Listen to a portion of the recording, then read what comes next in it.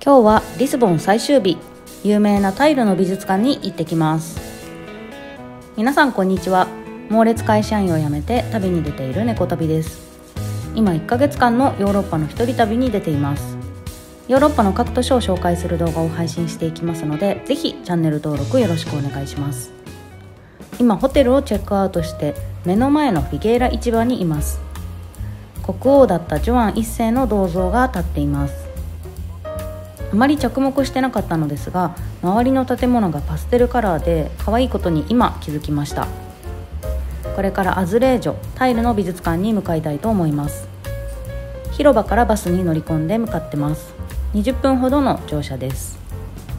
1回の乗車で2ユーロ、現金やタッチ決済のクレジットカードで乗車が可能です。降りるときは日本と同じようにこのストップボタンを押せば次の停留所で止まってくれます。前回の動画でご紹介したのですが、リスボンにはこのようなタイルの装飾が多数見られます。このタイルはポルトガル語でアズレージョと呼ばれ、10センチ四方のタイルに装飾し、それを組み合わせて全体の絵を作っています。15世紀後半、当時イスラム王朝のスペイン・グラナダのアルハンブラ宮殿を訪問したマヌエル1世がその美しさに圧倒されてタイルを持ち帰ったことが起源と言われています。今向かっている美術館ではこのタイルの装飾が歴史の中でどう変化したかを見ることができるそうです。アズレージョ美術館に到着しました。混雑を恐れて開館の時間に合わせてきたのでまだ人が全然いません。10時になったので入場していきます。このブースでチケットを購入できます。大人1人8ユーロ1300円ぐらいです。3フロア分の展示で時系列に並んでいるようです。入り口を入ってすぐに、これは戦士ですかね、立派な装飾がお出迎えです。建物の中庭です。16世紀に建てられた修道院を美術館として再利用しているそうで、建物自体は結構古い印象を受けました。1階はまず16世紀のものが展示されています。この幾何学模様はスペインから輸入したものだそうです。16世紀の後半になるとポルトガルの国内での生産が開始され、リスボンの守護神などが描かれたそうです。17世紀になると国内だけでなく植民地のブラジルでも需要が高まり、大量生産が行われたそうです。制作コストを抑えるためにこのような反復模様を用い、青一色もしくは青と黄色の規格化された模様が多く使われたそうです。展示の途中に現れるのがこの礼拝堂です。階段を上って中に入っていくといかがでしょうか。この装飾が本当に圧巻です。両側の壁には白のタイルに青で風景が描かれている装飾がびっしりと並んでいます。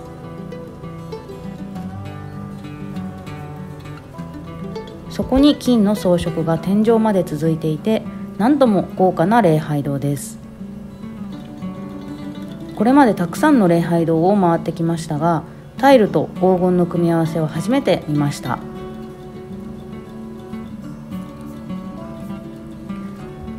そして天井には金の額縁が用いられた絵画が壁から天井までびっしりと並んでいます。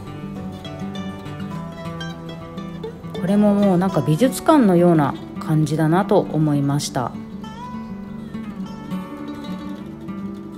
とにかくとっても豪華な礼拝堂です。先に進むと18世紀のアズレージョを見ることができます。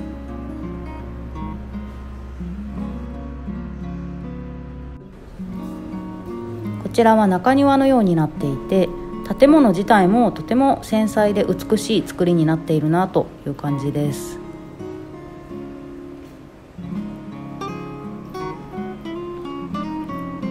中国や日本など東洋の陶磁器の影響を受けた焼き物がオランダで流行していた当時、ポルトガルでも青の単色のタイルが多く生産され、教会や宮殿の壁に多く使われたそうです。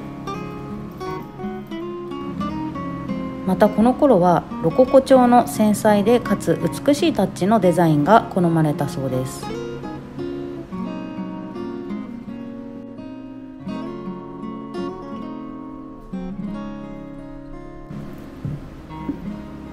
また豪華な部屋で先ほどの礼拝堂と同じようにタイルと天井に絵画が敷き詰められている部屋です。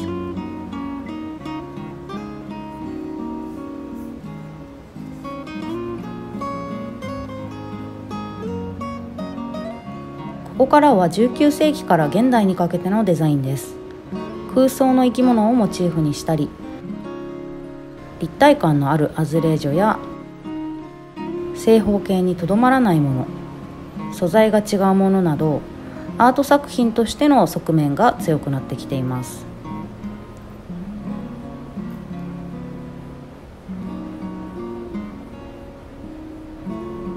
そしてその反対側にはかなり古そうなアズレージョがそのまま残っています。またリスボンの街を描いたものもありました。そして最後に現れるのがこの壁一面に広がる昔のリスボンの街並みを描いた長い作品です。これが一つ一つデザインされたと思うと本当に圧巻ですね。アズレージョ美術館大満足でした。この後はホテルでスーツケースをピックアップして空港に向かいます。ここでリスボンの街の基本情報について簡単に紹介します。まず治安ですが、街の中心は夜でも観光地が多く明るい場所が多かったので、路地に入ったりしなければ特に危険を感じることはなかったです。ヨーロッパの中でも比較的安全な場所なのかなと体感では思いました。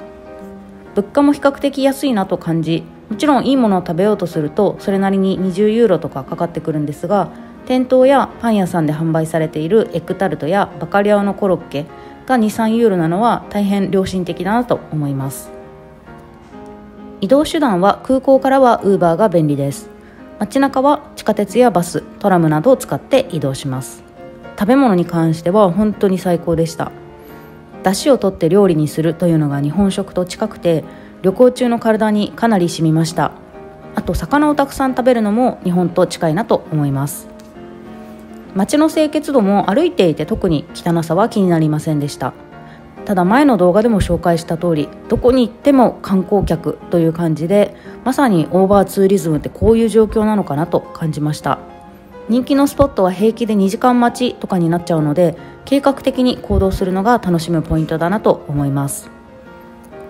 通貨はユーロで、現金はバスで一度使ったぐらいで、他は全てカードで支払いができました。最後トイレですが、観光名所が点在しているので、レストランやカフェなど合わせて入ったところで都度行けば困ることはないかなと思います。空港に到着しました。とても広い空港でチェックインのゾーンがたくさんあります。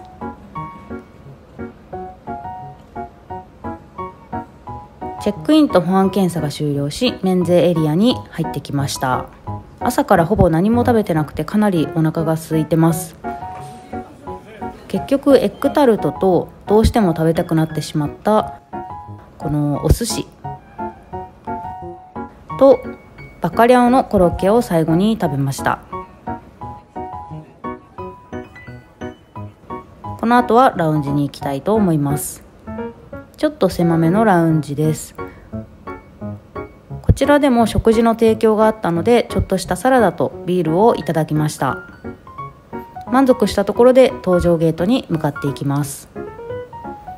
これからジュネーブに向かいます。今日乗るのはスイスインターナショナルエアラインズです。陸から直接タラップを登っていくスタイルです。初めてスイスに行くのでとっても楽しみです。機内はこんな感じで、シートも結構広めです。こちらのスイスのミルクチョコレートが配られました。リスボンいかがでしたでしょうか。